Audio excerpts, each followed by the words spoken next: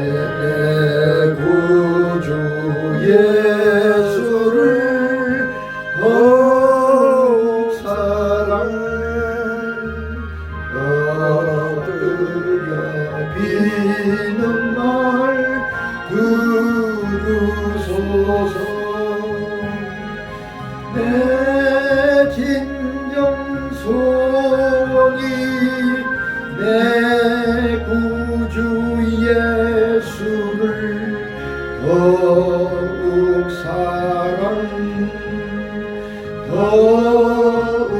사랑하면 이전엔 세상 나 기뻤어도 지금 내 기쁨은 오직 예수 하나님의 비는 말 내 구주 예수를 더욱 사랑 이 세상 떠날 때 찬양하고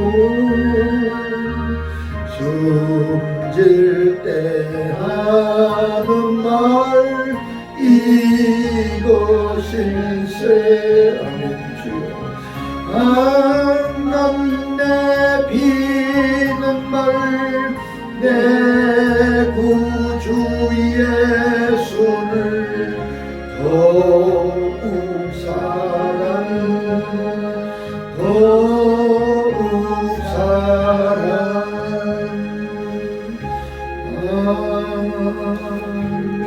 은혜 받으실 하나님의 말씀 히브리서 2장 9절 말씀 한 목소리로 합독하도록 하겠습니다.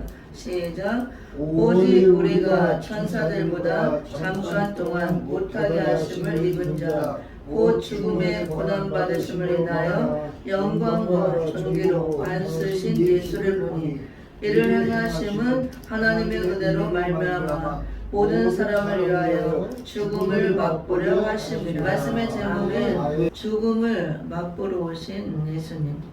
죽음을 맛보러 오신 예수님 이렇게 정해봤습니다. 오늘 성탄절날 사실 우리가 성탄 찬양도 많이 불렀고 기쁘다 구주 오셨네 이렇게 하죠. 물론 기쁘고 즐거운 날이죠. 아기 예수님으로 우리에게 오시지 않았다면 우리가 어떻게 구원을 받을 수가 있어요. 정말 가장 기쁘고 즐겁고 행복한 날이고 하나님께 가장 큰 선물을 받은 날이죠. 그러니까 원래 진짜 성탄일은 아니죠. 날짜적으로는. 그렇지만 우리가 정확히 모르기 때문에 이렇게 정해서 이렇게 25일 날 하는 것 뿐이고, 그런 게 무슨 어떤 큰 의미가 있는 것보다도 예수님을 하나님께서 우리를 구원하시고자 이 땅에 보내주셨다는 거, 그게 정말 기쁘고 즐겁고 우리에게 가장 큰 축복을 받은 날이고 또 우리에게 가장 큰 선물을 주신 귀한 날입니다. 그래서 기쁘고 즐거운 날이면서도 또 한편으로는 우리가 성경을 통해서 성탄의 진정한 의미를 깨닫고 보면 예수님은 태어나는 순간 사실은 죽음을 맛보러 오신 거예요. 그렇죠? 예수님이 이 땅에 오신 목적은 우리 인간들, 죄인들을 구원하시기 위해서 오셨는데 그 구원하시기 위해서는 반드시 십자가를 지시고 죽으셔야만 죽음을 맛보시고 죽음을 통해서 피 흘리시고 물을 쏟으시고 그 피와 물을 통해서 우리가 죄사함을 받아야만 구원을 받을 수가 있기 때문에 오늘 히브리서 2장 9절의 말씀처럼 모든 사람을 위하여 죽음을 맛보려 하심이라. 죽기 위해서 오신 거예요. 물론 모든 인간은 태어나는 순간 하루하루 죽음으로 이제 가는 것이고 죽기 위해서 태어난 거지만 예수님도 마찬가지입니다. 기쁘고 즐거운 성탄이지만 이렇게 죽음을 맛보러 오셨다는 거, 이게 진정한 성탄의 의미를 우리에게 말해주고 있으며, 그 다음에 우리가 이제 오늘날 성탄절은 세계적인 이렇게 어떤 뭐 명절처럼 생각하면서 예수를 믿든지 안 믿든지 전 세계 사람들이 다 즐기고 있어요. 그쵸? 예수를 안 믿어도 기쁘고 즐거운 성탄절, 메리 크리스마스 하고 막 행사를 하고 먹고 마시고 즐기고 이렇게 성탄절 의미가 퇴색되고 많이 변질이 됐죠. 근데 세상 사람은 그렇다 쳐도 우리 믿는 사람들, 교회는 똑같이 이렇게 따라가면 안 되고 세속에 물들면 안 되고 우리가 성탄절날 전예배도 하고 축제와 같이 예배를 드리고 정말 기쁘고 즐거운 날이니까 기뻐하고 즐거워하고 하나님께 영광을 돌려야 됩니다. 그러면서도 진정한 성탄의 의미를 깨닫고 왜 예수님을 이 땅에 보내주셨는가 우리가 그 의미를 알고 성탄절을 지내야 될 줄 믿습니다. 이상하게 이렇게 인류를 구원하시기 위해서 예수님을 보내주신 예수님의 탄생날 죄인들을 구원하시기 위해서 죽음을 맛보러 오셨죠. 그런데 1년 중에 가장 범죄 횟수가 많은 날이 또 이 성탄절이래요. 성탄절 전에 하루 전날 엄청나게 많은 범죄가 일어난대요. 특히 이렇게 실제로도 성적으로 문란한 성범죄. 그래서 엄청난 이렇게 뭐랄까 성범죄로 인해서 많은 아이들이 잉태가 되었다가 낙태되고 이런 많은 하나님께 범죄 사건이 성탄절 전날 이렇게 이브날 많이 일어난다고 그래요. 이게 세상 사람들 특히 젊은 애들 성탄절이다 그래서 전부 이렇게 밤을 새고 유흥가에서 먹고 마시고 웅청망청 술에 취하고 이런 쾌락과 한락에 빠져서 온갖 범죄를 일삼고 그 순간의 쾌락을 위해서 그걸 가지고 죄를 많이 짓고 함으로 오히려 이때 예수님도 탄생했지만 많은 아이들이 잉태되었다가 원치 않는 생명들이 많이 낙태되고 더 많은 범죄가 일어난다고 통계적으로 예전에 제가 그 통계를 낸 그런 뉴스 이런 걸 본 기억이 있습니다. 정말 그런 것 같아요. 그리고 또 은연중에 우리 그리스도인들도 성탄절이라 하면서 또 죄를 많이 짓는 일도 그러면 이제 성경의 66권 전체를 보면 다 이제 구속사 관점에서 봐야 되고 그 구속사 관점에서 핵심 인물 주인공이 예수 그리스도죠. 그리고 예수 그리스도를 통해서 우리를 죄에서 구원하신다. 십자가를 지게 하시고 피를 흘리게 하시고 그 물과 피를 쏟게 하심으로 물과 피로 우리 죄를 깨끗하게 씻고 우리가 죄사함 받고 구원을 받고 우리가 영생을 얻도록 영원한 천국에 가서 영원한 하나님의 자녀가 되고 또 그리스도 신랑과 신부 하나로 연합 온전한 결혼이 이루어져서 영원한 천국에서 함께 살기 위한 또 하나님께서는 그 아들들을 통해서 영광 받으시고 기뻐하시고 사랑하면서 함께 살기 위한 그 목적으로 이 성경 66권이 기록되었고 기록된 대로 예수 그리스도를 통해서만 구원할 수 있는 길을 열어주셨고 그 기록 말씀대로 예언이 성취된 것이 오늘날 성탄절이죠. 그 초림주가 오시겠다 예언대로 탄생한 사건이 성탄절입니다. 그래서 성경의 모든 핵심은 예수 그리스도가 중심이 돼야 됩니다. 예수님의 피가 창세부터 계시록까지 다 이렇게 흘러야 되는 것입니다. 그 피로만 우리를 죄에서 구원할 수 있기 때문에 그래서 성경은 어디를 펴든 우리는 항상 예수님이 주인공이 되고 십자가가 주인공이 되고 예수의 피가 흘러서 우리에게 영생을 얻도록 우리가 영생을 얻어야 하나님께 또 영광 돌릴 수가 있잖아요. 하나님이 인간을 지으신 목적은 이사야 43장 7절에도 우리를 통해서 영광 받기 위해서라고 그랬습니다. 근데 영광 받는 것은 절대 죄인들은 영광을 돌릴 수가 없어요. 하나님과 죄로 인해서 단절되었기 때문에 하나님을 알지도 못하고 찾지도 못하고 그래서 각가지 우상들에게 하나님이라 하고 하면서 영광을 돌리고 살잖아요. 그래서 우리가 이렇게 거듭나야만 죄 문제가 해결되고 우리가 영적으로 다시 살아나고 하나님과 교통이 이루어질 때 하나님의 자녀가 되었을 때 비로소 하나님을 아버지라 부르고 창조주 하나님을 경외하면서 영광을 돌릴 수가 있는 것입니다. 그래도 교회에 또 수많은 사람이 와도 그렇게 된 사람들, 거듭난 사람들, 중생된 사람들, 예수의 피로 죄가 씻어지고 이렇게 중생되어서 하나님의 자녀가 된 사람들이 찬양하고 기도하고 예배드릴 때 그걸 하나님이 받으시고 하나님은 영이시고 영으로 통하는 자 그 예배만 받으실 수가 있기 때문에 영과 육은 통하지가 않는 거예요. 전기가 안 통하듯이. 그래서 그렇게 된 사람을 통해서만 영광을 받을 수가 있습니다. 그래서 하나님께서 우리 인간을 지은 목적이 영광을 받기 위해서 지었다 하셨지만 사실은 예수 그리스도를 통해서 구원을 받은 자를 통해서만 영광을 받을 수가 있습니다. 아멘. 그래서 이 탄생이 중요한 것이고 우리가 구원받기 위해서는 먼저 구원자 되신 예수님이 오셔야 되죠. 탄생해야 되고 그 다음에 또 장성해서 십자가를 지시고 죽음을 맛보시고 죽어 주셔야만 우리 대신 죽었기 때문에 그 예수님의 죽으심으로 말미암아 우리가 구원을 받을 수가 있습니다. 그리고 구원받은 우리가 모여서 예배드릴 때 예배를 통해서 영광 받는 줄 믿습니다. 그래서 성경은 다 예수님이 중심이고 핵심 인물이고 그리스도를 통해서만 구원의 길을 열어주셨지만 이 성경은 다 예수님에 대한 얘기예요.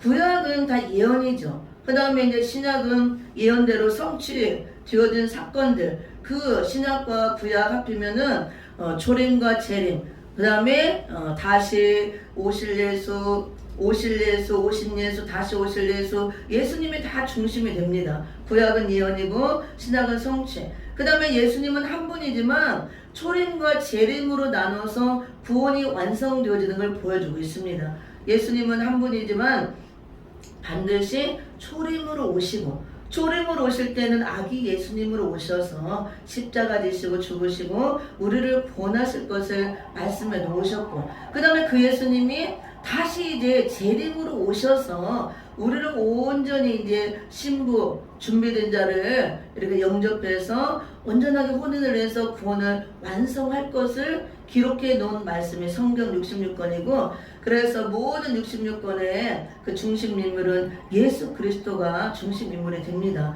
그리고 예수님이 초림과 재림으로 나눠서 두 번의 오심을 기록했고 그 다음에 첫 번째 오심 초림이라고 그러죠. 그 초림으로 오심은 또 이제 예언대로 이미 다 성취가 되었고 그 사건이 오늘날 이 성탄절을 통해서 지금 예배를 드리고 있죠. 성탄 탄생의 사건이죠. 근데 그 예수님이 탄생하시고 이미 십자가를 지시고 오신 목적과 같이 죽음을 맛보시고 가셨습니다. 그리고 다시 오마 약속대로 이제 다시 오시는 재림의 사건만 남아있는 것입니다. 우리가 십자가를 통해서 구원이 이루어졌지만 재림의 주님이 오셔서 구원받은 성도들이 거룩한 이제 정결한 처녀도로 준비되어 있을 때 그 신부들을 데리고 온전한 결혼식이 이루어져야 구원이 완성이 되어지는 것입니다. 바로 이제 그것이 남아있고 오늘 초림의 주와 재림의 주를 잠깐 말씀을 드리도록 하겠습니다.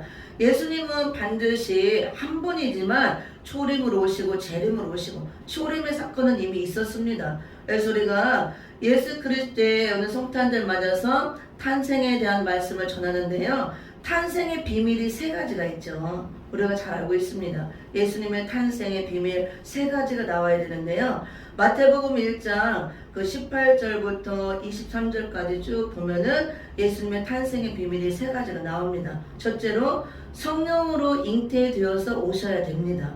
그리고 두 번째로 동정녀, 처녀 마리아를 통해서 탄생해야 되고 말씀이 육신이 되어서 오셔야 되는 것입니다. 이것이 그리스도 탄생의 비밀이고 우리 인류를 구원하실 구원자 자격이 되려면 이렇게 성령으로 잉태되고 동정녀 탄생하고 말씀이 육신이 되어서 오셔서 그 다음에 십자가를 지고 죽으셔야 되는 것입니다. 그래야 구원자 자격이 되어지어요. 그 다음에 성령으로 잉태되고 동정녀를 통해서 탄생하시고 말씀이 육신이 되어 오신다는 것은 죄가 없다는 걸 말하는 거죠. 우리 인간은 모든 사람이 태어날 때 인간의 생육 방식은 남녀가 결혼해서 한 몸을 이루고 남녀 간의 결합을 통해서 자녀가 잉태되고 탄생하죠. 근데 예수님은 그렇게 하지 않았죠.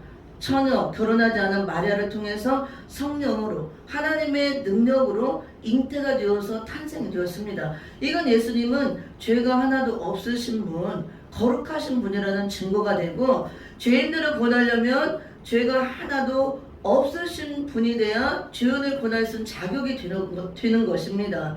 그래서 구원자의 자격 조건에서 이렇게 세 가지 그리스도의 탄생의 비밀 세 가지가 있어야 구원자 자격이 됩니다. 성령으로 잉태되고 동정녀 탄생과 말씀이 육신이 되어서 오신 것의 증거가 되고 그 다음에 그분이 장성해서 이제 십자가를 지고 죽으셔야 되는 거예요.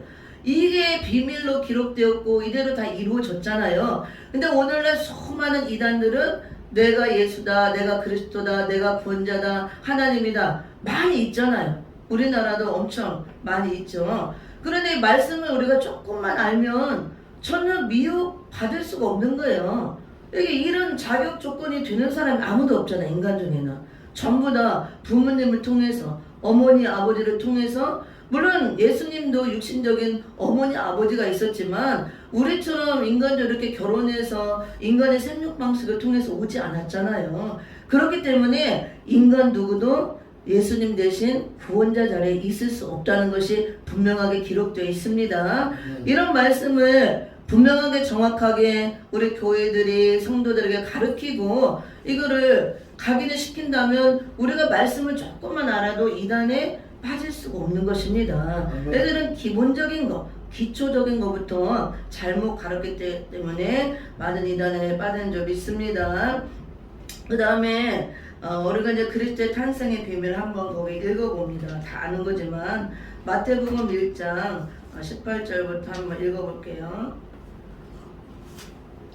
마태복음 1장 18절부터 23절 탄생의 비밀 세 가지가 여기 나오죠. 시작. 예수 그리스도의 나심은 이러하니라. 그 모친 마리아가 요셉과 정혼하고 동거하기 전에 성령으로 잉태된 것이 나타났더니 그 남편 요셉은 의로운 사람이라 저를 드러내지 아니하고 가만히 끊고자 하여 이를 생각할 때 주의 사자가 현몽하여 가로되 다윗의 자손 요셉아 내 아내 마리아 데려오기를 무서워 말라. 저에게 잉태된 자는 성령으로 된 것이라. 아들을 낳으리니 이름을 예수라 하라. 이는 그가 자기 백성을 저의 주에서 구원할 자이심이라 하니라. 이 모든 일에 된 것은 주께서 선지자로 하신 말씀을 이루려 하심이니 가라사대 보라 처녀가 잉태하여 아들을 낳을 것이요 그 이름은 임마누엘 하리라 하셨으니 이를 번역한즉 하나님이 우리와 함께 계시다 함이라. 아멘. 여기 이제 18절에 성령으로 잉태된 것이 나타났다 말씀하였죠. 20절에도 저에게 잉태된 자는 성령으로 된 것이라. 마리아가 아직 그 아버지 요셉이 아직 결혼을 하지 않았죠. 정혼한 상태. 근데 잉태를 했단 말이에요. 임신을. 그래서 아버지가 요셉이 그 마리아를 가만히 끊고자 했지만 그 주의 사자가 현몽하여 가로되 저는 성령으로 잉태된 것이라 부정한 일을 하지 않았다 증거를 했습니다. 그리고 23절에 처녀가 잉태하여 아들을 낳을 것이요 그 이름은 임마누엘이라 하리라. 구약의 이사야 선지사가 예언을 했죠. 이사야 예수님 탄생 700년 전에 이사야 7장 14절에 똑같은 말씀이 있습니다. 제가 한번 여기도 엄청난 것이 기록이 되겠죠. 이사야 7장 14절 말씀 한번 같이 읽어봅니다. 저는 이 말씀에서 제가 재림에 대한 비밀을 성령님을 통해서 하나 제가 깨달았기 때문에 한번 같이 읽어봅니다. 이사야 7장 14절 마태복음 1장에 이제 같은 말씀이죠. 이 예언대로 성취가 되었기 때문에 그 말씀을 22절에도 이 모든 일에 된 것은 주께서 선지자로 하신 말씀을 이루려 하심이니 가라사대 그랬잖아요. 이사야 선지자, 많은 선지자들이 이렇게 예언한 대로 그걸 이루기 위해서 그대로 처녀 마리아를 통해서 왔다. 그렇게 말씀하고 있습니다. 7장 14절 시작. 그러므로 주께서 친히 징조로 너희에게 주실 것이나 보라 처녀가 잉태하여 아들을 낳을 것이요 그 이름을 임마누엘이라 하리라. 아멘. 아까 마태복음 1장 거기 읽어본 곳 22절 23절 똑같죠.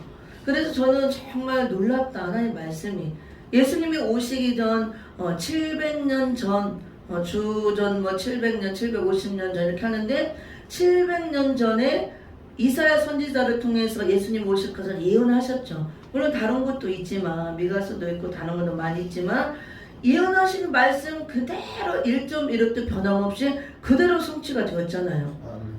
처녀 마리아를 통해서 잉태할 것이요. 그 성취의 말씀이 오늘 금방 읽은 마태복음 1장에 기록된 말씀대로 성취가 된 걸 보고 있고, 우리가 이미 성취되고 2000년 역사가 흘러가고 있잖아요. 저는 여기서 이제 재림을 맞이할 때가 되었고, 재림적 올 때가 임박한 이때 제가 재림에 대한 말씀을 하나님이 깨닫게 하시고 많이 전달할 때 엄청나게 하나님이 중요한 걸 깨닫게 해주셨어요. 어느 날 이렇게 초림의 예수님은 성경의 기록대로 오신 사건이잖아요. 이미 이루어진 사건. 아까 마태복음 1장도, 요한복음 1장 또 거기 보면은 여기 예수님의 말씀이 육신이 되어서 오셨다. 요한복음 1장 14절에도 나오죠. 말씀이 육신이 되어 우리 가운데 거하시며 우리가 그 영광을 보니 아버지의 독생자의 영광이요 은혜와 진리가 충만하더라. 예수님의 탄생의 비밀 세 가지. 성령으로 잉태되고 또 기록된 대로 예언대로 마리아를 통해서 오시고 말씀이 육신이 되어서 오셨습니다. 그리고 이미 십자가 지고 가셨죠. 이건 다 이루어진 2000년 된 사건들, 된 일이기 때문에 우리가 다 이미 이루어진 일이기 때문에 다 역사적으로 기록이 있죠. 그래서 이대로 믿고 지금도 전하고 있고 많은 사람들이 믿고 구원을 받고 있습니다. 근데 이 예수님은 이제 말씀대로 그대로 오시고 또 말씀대로 십자가에 죽으시고 부활하시고 승천하셨습니다. 그리고 승천하실 때 예수님께서 사도행전 1장 11절에 보면 내가 올라간 모습 그대로 다시 오시겠다 이렇게 말씀하셨죠. 거기도 한번 제가 읽어봅니다. 우리가 성경 66권이 다 예수님이 핵심 인물이고 중심 인물, 예수 그리스도를 통해서만 구원 얻을 길을 열어주셨는데 초림으로 오시고 십자가를 통해서 우리를 구원해 주시고 재림으로 다시 오셔서 구원을 완성한다는 게 성경의 모든 내용입니다. 우리를 구원하기 위한 목적으로 기억되었고 우리가 구원받아 하나님께 영광 돌릴 수 있고 이 땅에서도 구원받은 자들이 영광 돌리고 천국에서도 하나님의 아들 된 자들, 신부 된 자들이 영원히 영광을 돌릴 수 있기 때문에 그렇습니다. 그래서 이제 재림의 사건만 남았는데 사도행전 1장 11절에 보면요. 가로되 갈릴리 사람들아 어찌하여 서서 하늘을 쳐다보느냐 너희 가운데서 하늘로 올리우신 이 예수는 하늘로 가심을 본 그대로 오시리라 하였느니라. 아멘. 이게 예수님이 부활하시고 승천하실 때 많은 사람들이 쳐다보니까 왜 이렇게 쳐다보느냐, 지금 예수님이 승천하시는 장면을 보는 거죠. 예수님은 승천하시고 이제 십자가에 죽으셨지만 완전히 예수님의 이제 원형 그대로 복원이 되셔서 신성 그 하나님의 모습으로 거룩하고 영광스러운 모습으로 지금 승천을 하시는 것입니다. 그래서 너희가 부활하신 영광의 몸을 입으신 그대로 지금 본 그대로 올라가는 모습 본 그대로 그 모습으로 다시 오신다고 말씀해요. 그래서 초림의 주님은 인간의 육신을 입고 말씀의 육신이 되어서 이렇게 초라한 모습으로 연약한 모습으로 아기 예수로 가장 낮은 모습으로 가장 낮고 천한 짐승의 구유에 우리 인간들을 구원하기 위해서 오셨지만 다시 오시는 재림의 주님은 이제 거룩한 신부들을 데리러 오고 거룩한 신랑으로 거룩한 하나님으로 이제 원형 그대로 또다시 이렇게 육신을 인간의 그 아주 죄성 있는 몸을 입고 오는 것이 아니고 부활하신 영광스러운 몸, 신성 하나님의 몸으로 오시는 것입니다. 그 부활하신 그 예수님이 올라가셨으니까 그 부활하신 영광스러운 그 몸으로 다시 오신다. 본 그대로 오신다 이렇게 기록이 되었잖아요. 그러면 저는 여기서 재림에 대한 비밀을 성령님이 큰 걸 깨닫게 해주셨습니다. 많은 사람들이 초림의 주는 다 믿습니다. 왜냐하면 이미 이루어진 사건이고 기록에 있고 역사적으로 있기 때문에 우리가 보지 않았어도 다 이거는 사건이 있으니까 다 전하고 믿고 해요. 근데 재림의 주님은 다시 오신다 기록이 돼 있지만 아직 안 왔잖아요. 사건이 아직 안 일어났습니다. 그러니까 막 이게 천차만별의 해석에. 그리고 우리처럼 그대로 믿는 사람도 있고 어떤 사람들은 2000년이 다 지나갔는데 예수님이 온다 하면서 아직도 안 오지 않느냐. 그럼 한번 생각을 해봐야 된다. 예수님은 그렇게 오시지 않는다. 저는 실제로 들었어요. 믿음 좋다는 목사님도 예수님은 공중에 실제로 안 오신다. 그렇게 한번 생각하고 이제까지 온다 하고 안 오고 수많은 이단들도 언제 재림이 있다 휴거가 있다 했는데 다 불발로 끝나지 않았느냐. 그러면 한번 생각을 해봐야 된다 그거예요. 예수님은 실제로 이제 또 공중에 이렇게 오시지 않는다는 거예요. 모습으로 이렇게 나타나고. 그리고 예수님은 이미 왔는데 왜 또 오느냐 그거예요. 온 거 영으로 왔다 그거예요. 우리에게 예수님이 가시고 너에게 나 대신 또 다른 보혜사를 보내주겠다 그랬죠. 보혜사 성령으로 영으로 오셔서 우리 속에 있는데 예수님이 약속대로 오셨는데 왜 또 오냐 그거예요. 그거는 영으로 예수님이 안 오시고 내가 성령을 거듭나지 않고 내 안에 예수가 그 예수의 영으로 없는 사람만 계속 없으니까 기다리는 거지. 그게 재림이라는 거예요. 영으로 오신 거. 근데 물론 예수님이 영으로 오셨죠. 성령으로. 삼위일체 하나님이시니까. 그 다음에 예수님이 내가 곧 길이요 진리요 생명이라. 예수님이 진리의 말씀이고 그 다음에 성령님도 진리 하나님이고 진리의 영이기 때문에 같아요. 같기는. 성령님 항상 진리의 말씀 따라 역사하시고 동정의 양면수와 같이 성령님이 내 안에 계시면 예수님이 계신 거고 하나님도 계신 겁니다. 삼위일체 하나님이기 때문에. 그렇지만 엄연히 우리가 따지면 예수님은 아직 안 오셨죠. 어디에 계시냐면 하나님 우편에 계심으로 우리를 위해서 중보 기도하고 계시고 때가 되면 다 모든 게 준비되면 우리를 영접하러 오신다 그랬습니다. 신부들을. 그리고 나 대신 또 다른 보혜사 성령님을 보내준다 그래요. 나 대신 보내준다 그랬잖아요. 그래서 엄연히 따지면 우리 안에 와 계신 분은 성령 하나님 성령님이죠. 영으로 삼위 하나님이 분명히 계신 것입니다. 성부 하나님 아버지, 성자 예수 그리스도 성령 하나님. 그래서 우리가 영으로 온 거, 물과 성령으로 거듭난 거, 허물과 죄로 죽었던 상태에서 우리가 거듭나고 중생되면 우리가 영적으로 살아나는 거죠. 이제 새 생명, 예수 그리스도의 생명을 받아서 영으로 살아난 거예요. 영이 거듭나고 영이 살아나고 하나님과 성령을 계속 교통하고 내 안에 성령 하나님이 계시고 또 말씀이 있기 때문에 성령님이 성령의 역사를 통해서 말씀을 깨닫게 하고 조명해주고 하기 때문에 예수님이 여기 계신 거나 똑같죠. 성령이 계시면 우리가 그렇게 믿는 거지. 어비를 따지면 재림의 주님은 실제로 오시는 것입니다. 영광스러운 그 모습 그대로. 사도행전 1장 11절 부활하신 모습 영광스러운 모습 그대로 올라간 모습 그대로 본대로 내가 올 것이라 그랬죠. 공중에 오시면 그 이례적인 사건으로 아까 목사님도 얘기했듯이 초림의 사건도 이례적인 사건 한 번 있었듯이 재림의 사건도 이례적인 사건으로 오십니다. 물론 영으로 우리가 맞이하는 것은 모든 사람에게 다 심령 안에 영으로 임하고 말씀으로 임하면 다 다르지만 반드시 재림의 주님은 오십니다. 기록된 대로. 그래서 오늘날 많은 사람들이 이렇게 해석이 분분해요. 영으로 이미 왔는데 재림이 왔는데 왜 또 재림이 있냐. 실제로 공중재림 없다 하시는 분들 많습니다. 이렇게 눈에 보이게 현상적으로 다시 그렇게 오시지 않는다 그거야. 그리고 부활도 죽은 자들이 부활한다. 그 부활 없다는 거예요. 우리가 성령으로 거듭나서 내가 영적으로 살아났으면 그게 부활이지. 뭔 또 부활이 있느냐. 어떻게 죽은 자가 살아나느냐. 이렇게 하셔요. 오늘날 많이 합니다. 이단들만 하는 게 아니에요. 이 기독교 개신교 안에서 수많은 목사들이 이렇게 증거하는 분들이 많아요. 영으로 막 한다고 그래서. 물론 하나님의 말씀이 다 비밀의 말씀이고 영적인 비밀들이 다 숨겨 있습니다. 그렇지만 우리가 이 문자 기록도 무시하면 안 돼요. 하나님의 말씀은 우리가 깊고 넓고 크고 오묘해서 이 우리에게 계시를 줄 때 1차적인 계시, 2차적인 계시, 3차, 4차, 5차 이 계시의 폭이 굉장히 넓고 깊습니다. 그래서 1차 계시, 원시적인 계시가 문자 계시예요. 문자 기록된 대로 1차적으로는 우리가 믿어야 되는 것입니다. 그리고 그 안에 숨겨진 영적인 의미, 하나님의 깊은 뜻, 진흙 그게 이제 숨겨져 있는 계시가 있죠. 드러내지 않은 거.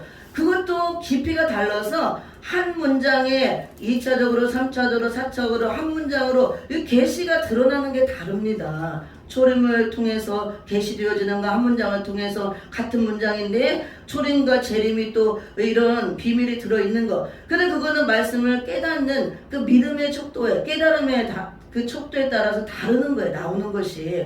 그래서 내 것만 다 맞다고 하면 안 되는 거예요. 어떤 사람은 1차적으로 원시적 계시만 받은 사람 문자 차원에서만 하는 분도 있고 또 2차적으로 3차적으로 깊이 계시를 드러내는 분이 있고 그걸 다 다르려요. 그래서 내하고 똑같이 설교 안 한다고 저거 틀렸다 잘못됐다 할 수 없다 그겁니다. 물론 이단적인 거 말씀에 맞지 않는 거는 우리가 배척해야 되겠지만 그래서 오늘날 수많은 사람들이 재림을 얘기하면서 예수님은 이제 공중재림 실제로 이렇게 오시지 않는다. 눈에 보이게 이미 영으로 오셨다. 그래서 그런 재림은 없다.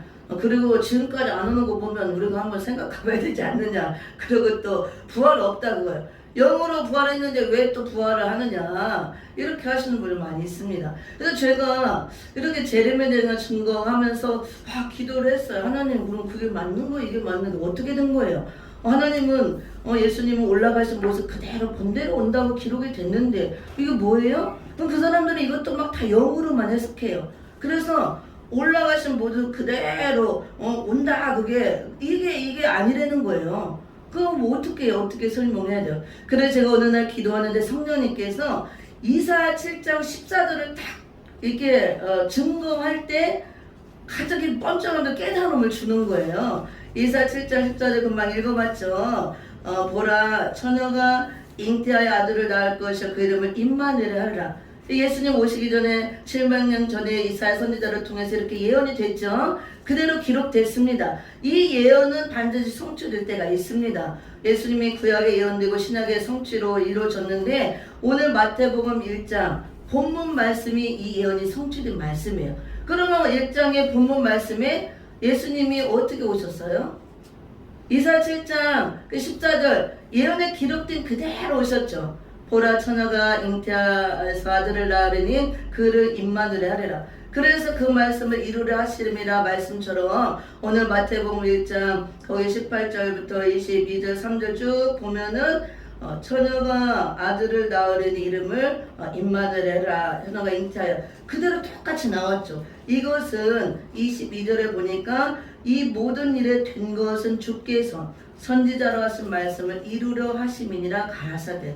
선지자가 예언해 놓은 말씀을 그대로 이루기 위해서 그대로 오셨다 말씀했잖아요. 그래 처녀 마리아가 잉태해서 성령으로 잉태해서 아들을 낳은 거 그대로 이루어졌잖아요. 여기서 성령님이 깨닫게 해주시는 거예요. 예수님은 한 분이지만 초림으로 오시고 재림으로 오셔서 십자가를 통해서 영혼권의 역사를 이루고 재림으로 오셔서 영육권 우리를 변화의 몸 부활의 몸 완전한 예수님의 몸까지 만들어서 결혼해서 온전하게 본의 완성을 이루기 위해서 다시 재림으로 오시는데 초림주도 성경의 기록대로 예언대로 그대로 오셨지 않느냐. 그러면 재림의 주님도 예언대로 그대로 오신다 그거예요. 그 예언 중에 하나가 사도행전 1장 11절 내가 부활하신 그 모습 그대로 올라가신 이 모습 그대로 너희가 본 그대로 오신다 그겁니다. 그 올라갈 때 예수님은 부활의 몸 이제 영광스러운 변화의 몸이 되었어요. 십자가 질 때는 이 육신을 입고 와서 실제로 고통을 느끼고 찢기고 피 흘리고 죽으셨죠. 죽음을 맛보러 오신 그 말씀을 이루기 위해서 죽음을 맛보시고 죽음의 고통을 맛보셨습니다. 그 다음에 부활하실 때는 이제 옛날에 그 우리 인간의 똑같은 육신의 몸이 아니에요. 영광스러운 몸으로 부활을 했습니다. 이제 하나님의 원형의 모습으로 복원이 된 거예요. 빌립보서 2장 5절에 보면 원래 본체 하나님이었지만 그거 모든 걸 내려놓고 오셨잖아요. 그 하나님의 신성 하나님의 원형을 숨기고 왔죠. 육체에다. 근데 이제 완전히 이제 변형 복원이 돼서 그대로 드러내 보여주셨습니다. 부활하신 모습 그대로 신성 하나님으로 이제 인성이 없이 거룩하신 하나님의 모습으로 오신다 그겁니다. 그러면은 초림의 주님 올 때 기록대로 처녀가 잉태해서 아들을 낳을 것이요 그 이름을 임마누엘 하리라 그대로 오셨죠. 그러면 초림 주님 이대로 왔는데 재림의 주는 어떻게 다르게 와요? 올라가신 모습 그대로 너희가 본 그대로 온다 그러면은 초림의 주도 기록된 그대로 온 것처럼 재림주도 그대로 오신다 그거예요. 이걸 깨닫게 해주시더라고요. 우리가 이사야 7장 14절에 보면 여기는 어떤 영적인 해석도 뭣도 가미가 안 됐어요. 기록된 문자 그대로 오셨어요. 그러므로 주께서 친히 징조로 너희에게 주실 것이라 보라 처녀가 잉태하여 아들을 낳을 것이요 그 이름을 임마누엘이라 하리라. 아멘. 우리가 성경에 문자 차원에서 원시 계시로 하나님께서 1차원 계시로 보여주는 거 그대로 이루어지는 것도 많이 있지만 숨겨진 비밀도 많이 있어요. 특히 계시록은 숨겨진 비밀들이 많죠. 이런 것도 드러내서 해석을 해야 되지만 예수님의 탄생 사건, 이 탄생의 비밀 세 가지 중 하나가 천으를 통해서 성령으로 잉태해서 그대로 올 것이요. 그 말씀처럼 이사야 7장 14절에 기록된 말씀 그대로 오셨어요. 여기 어떤 영적인 해석이나 어떤 상징적인 거 어떤 그런 것이 들어있지 않아요. 문자 그대로 오셨잖아요. 기록된 대로 천하가 잉태의 아들을 낳을 것이요. 오늘 마태복음 1장 여기 23절 보라 천하가 잉태의 아들을 낳을 것이요 그름은 임마누엘 하라. 이 말씀 문자 그대로 기록된 대로 그대로 성취된 것을 우리가 믿습니다. 그러면 재림의 주님도 사도행전 1장 11절 문자 그대로 기록된 그대로 내가 이렇게 부활의 모습으로 올라가시는 모습 본 그대로 다시 올 것이다. 그래서 공중재림할 때 다 볼 것이라 그랬잖아요. 근데 그 모습은 이제 영광스러운 완전히 신성 하나님으로 거룩한 하나님으로 오시는 거죠. 우리는 그대로 믿어야 된다고 봅니다. 재림의 주님은 반드시 기록대로 신성 하나님의 모습, 부활하신 그 모습으로 그대로 오실 줄 믿습니다. 예수 그리스도의 탄생을 맞이해서 우리가 성탄절 예배로 하나님께 영광을 돌리는데요. 하나님께서 기록한 말씀대로 그대로 이루시고 그 예언대로 성취가 되어서 예수님의 탄생하시고 이미 또 2000년 역사가 다 흘러가고 있으며 예수님의 또 탄생하시고 기록대로 우리를 이렇게 죄에서 구원하기 위해서 죽음을 맛보시기 위해서 오셨다는 말씀처럼 이미 죽음을 맛보시고 부활하시고 승천하고 가셨습니다. 그럼 그 예수님이 이제 다시 오실 거 재림만 남아있어요. 그럼 우리가 성경에서 핵심 인물은 예수 그리스도인데 초림과 재림으로 두 번 오심의 사건을 통해서 구원을 완성한다 그랬습니다. 초림을 통해서는 십자가로 모든 피를 그 십자가 피로 죄를 씻고 믿는 자의 구원을 주시고 우리를 영원 구원하는 역사를 이루었고 다시 오시는 재림의 주님은 이제 영원 구원 받은 우리 성도들이 또 거룩한 천으로 잘 이렇게 준비하고 있을 때 신부단장하고 있을 때 준비가 되어서 들어오셔서 1장 9절에 보면 믿음의 결국 믿음의 결과는 영원 구원이라 그랬습니다. 십자가를 지신 예수 그리스도를 믿음의 결국, 믿은 결과 우리가 다 영원 구원을 받았습니다. 근데 이것이 끝이 아니고 재림의 주님이 오셔야 구원이 완성이 되어지는 거예요. 우리가 이제 영육 구원이라고 그러죠.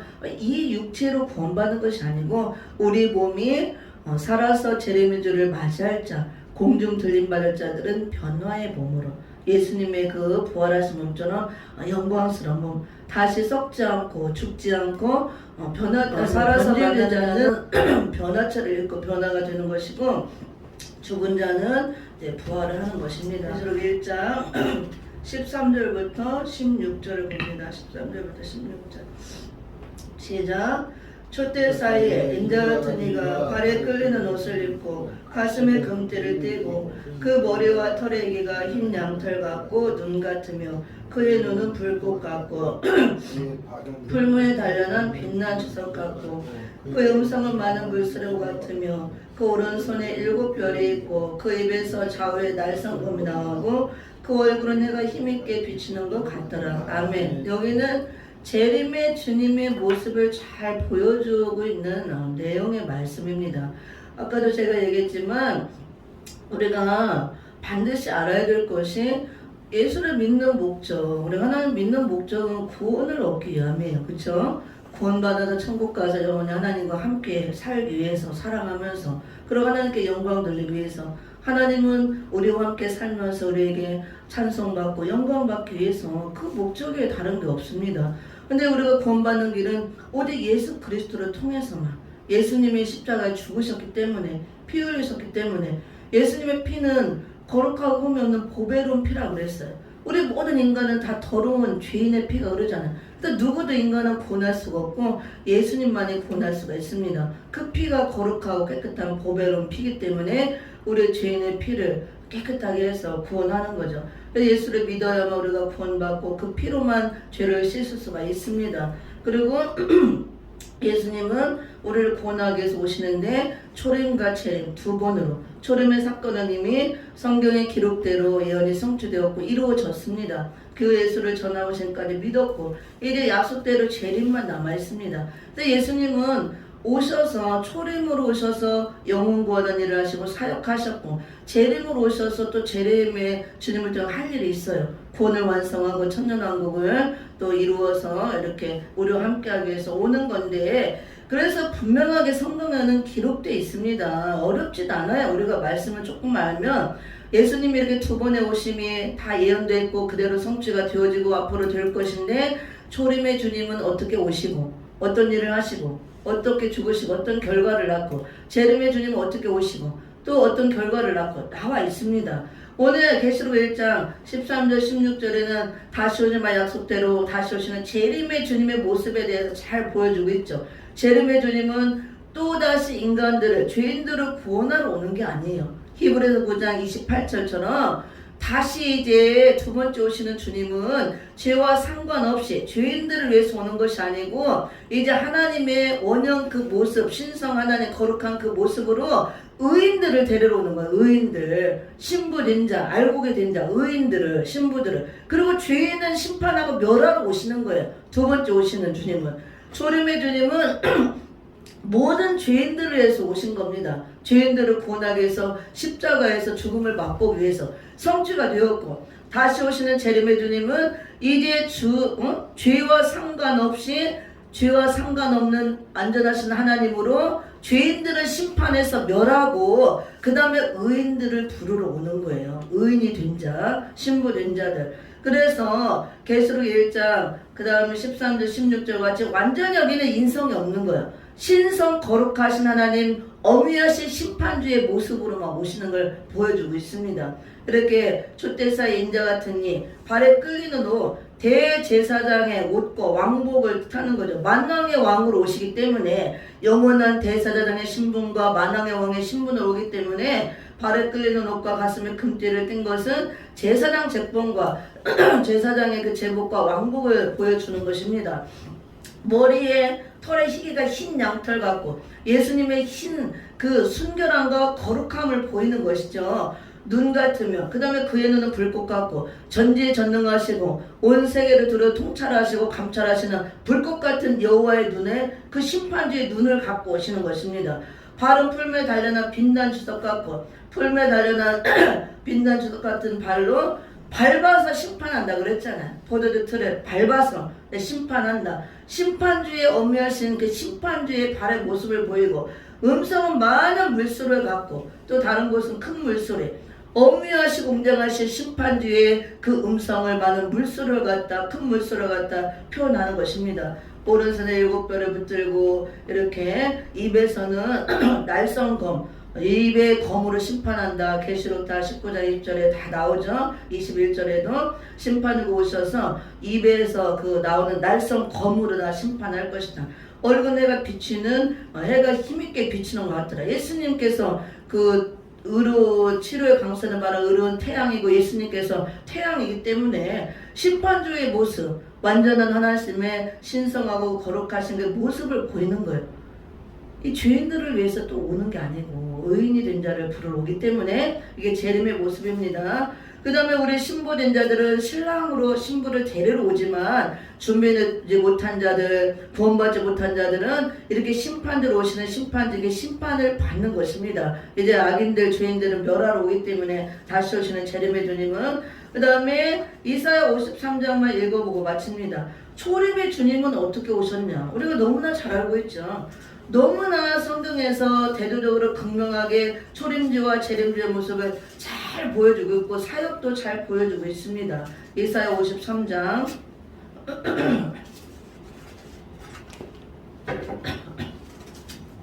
53장 1절부터 한번 6절까지 읽어보고 마치도록 합니다. 시작. 우리의 전한 것을 누가 믿었느냐? 여호와의 팔이 네게 나타났느냐? 그는 주 앞에서 자라나기를 연한 순 같고 마른 땅에서 나온 줄기 같아서 고운 모양도 없고 풍채도 없은즉 우리 보기에 흠모할 만한 아름다운 것이 없도다. 그는 멸시를 받아서 사람에게 실어 버린 바 되었으며 간구를 많이 겪었으며 질고를 아는 자라. 마치 사람들에게 얼굴을 가리우고 보지 않음을 받는 자 같아서 멸시를 당하였고 우리도 그를 귀히 여기지 아니하였도다. 그는 실로 우리의 질고를 지고 우리의 슬픔을 당하였거늘 우리는 생각하기를 그는 징벌을 받아서 하나님에게 맞으며 고난을 당한다 하였노라. 그가 찔림은 우리의 허물을 인함이요 그가 상함은 우리의 죄악을 인함이라. 그가 징계를 받음으로 우리가 평화를 누리고 그가 채찍에 받음으로 우리가 나음을 입었도다. 우리는 다 양 같아서 그릇 행하여 각기 제 길로 갔거늘 여호와께서는 우리 무리의 죄악을 그에게 담당시키셨도다. 아멘. 이게 초림의 주님이 오실 것, 초림에 대한 예언의 말씀이죠. 너무나 잘 알고 있는 말씀이죠. 이 예언대로 그대로 오셔서 그대로 십자가를 지셨죠. 그 다음에 오늘 히브리서 2장 그 9절의 말씀같이 천사보다도 조금 못하게 인간의 육신의 이런 연약한 모습을 입고 오셔서 고난당하고 죽음을 맛보러 오시면 저는 죽었다 그랬잖아요. 그래서 초림의 주님은 우리 죄인을 구원하기 위해서 오셨기 때문에 십자가를 죽으셔야 돼요. 죽음을 맛보셔야 됩니다. 그래서 이렇게 찔리고 상하고 다 채찍에 맞고 징계를 받은 거 우리를 위해서 우리를 구원하시기 위해서 대신 받으셨죠. 그래서 예수님을 통해서만 우리가 구원을 받을 수가 있고 초림의 주님은 이렇게 하나님 앞에 연한 순 같고 아주 연약하다 그러죠. 그래서 어린 아기 예수로 오셨잖아요. 연한 순처럼 마른 땅에서 나온 줄기 같고 마른 땅에서 이렇게 나오니까 줄기가 포실것없고 아니야. 이게 물도 못 먹고 비실비실 해갖고 겨우 나와가지고 그러니까 짐승의 구에 보잘것없이 오셨죠. 이렇게 그 다음에 고운 모양도 없고 풍채도 없대요. 그러니까 예수님의 모습은 우리가 실제로 안 봤지만 아주 고운 모양이 없다고 했으니까 얼굴이 잘생긴 거 아니에요. 예수님 이 외모가 막 출중하고 멋있고 잘생기고 풍채도 없다니까 막 키도 크지 않고 체격도 좋지 않고 힘도 안 세고 아주 조금 빈약하고 약하고 그래서 같아요. 성경에 나오니까 얼굴이 잘생기고 예쁘고 막 멋있고 이렇게 그런 모습이 없는 거예요. 풍채도 좋지도 않고. 저는 가끔 이준호 목사를 볼 때 좀 그런 느낌이 한 번씩 들어요. 예수님이 좀 저런 모습이 아니었을까. 이렇게 좀 이렇게 자꾸 이렇게 연약해 보이잖아요. 목사님이 좀 이렇게 가늘고 이렇게 하니까. 그리고 이제 몸도 좀 자주 이렇게 약하시고 그래서 조금 그럴 것 같다 생각도 한 번씩 해봤어요. 어쨌든 육신적으로 외모적으로 내세울 게 없다 그거죠. 그렇게 연약한 그래도 누구든지 구원받을 수 있도록 그렇게 오셨습니다. 그리고 그렇지만 재림의 주님은 그렇게 오시지 않습니다. 아까 읽어봤지만 재림의 주님은 이제 만왕의 왕으로 만주의 주로 천년왕국의 통치자로 그 다음에 우리 의인들을 데리러 오시는 거룩한 신성 하나님의 모습으로 완전하신 하나님으로 그다음에 거룩하게 우리가 변화되어 있는 신부들을 의인들을 데리러 오는 거예요. 그게 알곡이죠. 출세해서 곡간에 들으기 위해서 천년왕국 신부들을 취해서 결혼하기 위해서 오고 그 다음에 그렇게 되지 못한 자들은 전부 다 악인들은 멸하기 위해서 심판주로 오신다는 거 우리가 이거를 알아야 되겠습니다. 말씀을 마칩니다. 오늘 성탄절을 맞이해서 성탄의 의미를 좀 예수님의 탄생의 의미를 살펴봤습니다. 예수님이 왜 오셨고 오셔서 어떤 일을 하셨고 그 예수님의 약속대로 이제 다시 오신다. 그 재림의 주님을 우리가 고대하고 있는데 초림의 주님도 문자 그대로 기록된 대로 오신 것처럼 재림의 주님도 반드시 이렇게 온다는 걸 우리가 믿어야 될 줄 믿습니다.